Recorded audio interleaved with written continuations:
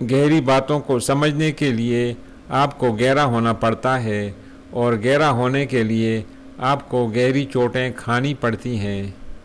مسکرانا سیکھو زندگی میں، رونا تو لوگ سکھا دیتے ہیں۔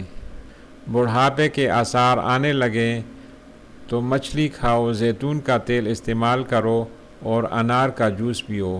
اکثر زیادہ تر غلطی وہ لوگ کرتے ہیں، آدھا سنتے ہیں، تھوڑا سمجھتے ہیں اور زیادہ بتاتے ہیں۔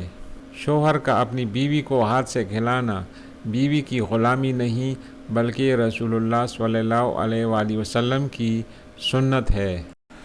خوش قسمت ہے وہ شخص جو خوشی کو چھاؤں اور غم کو دھوپ سے زیادہ اہمیت نہیں دیتا۔ اچھے الفاظ کہنے والے کے لفظوں پر غور کرو، نہ کہ اس کی ذات پر۔ ہر انسان اپنے ساتھ بے باک رہبر رکھتا ہے اور وہ ہے اس کا ضمیر۔ بے شک دیر تک سوچو، لیکن سوچنے کے بعد یہ بھی فیصلہ کرو وہ اٹل ہو۔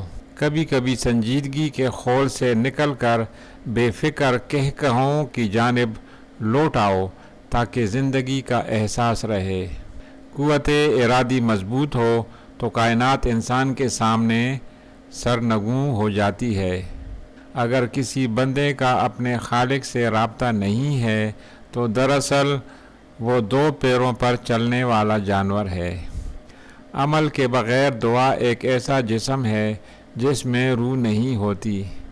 زندگی میں کوئی عمل ایسا نہیں ہے جو خیال سے شروع ہو کر خیال پر ختم نہ ہوتا ہو۔ آدمی اگر 50 کمروں کا مکان بنا لے تو سوئے گا وہ ایک ہی چارپائی کی جگہ پر۔ حیات کی ابتدا کتنی ہی شاندار کیوں نہ ہو، ہر آن اور ہر لمحہ انسان کو موت کی آنکھ گھورتی رہتی ہے۔ دنیا مٹی کا ایک کھلونا ہے جس کا مقدر ٹوٹ کر بکھر جانا ہے۔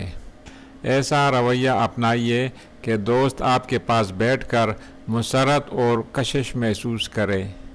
بہترین عمل وہ ہے جو مسلسل کیا جاتا ہے، خواہ وہ کتنا ہی تھوڑا ہو۔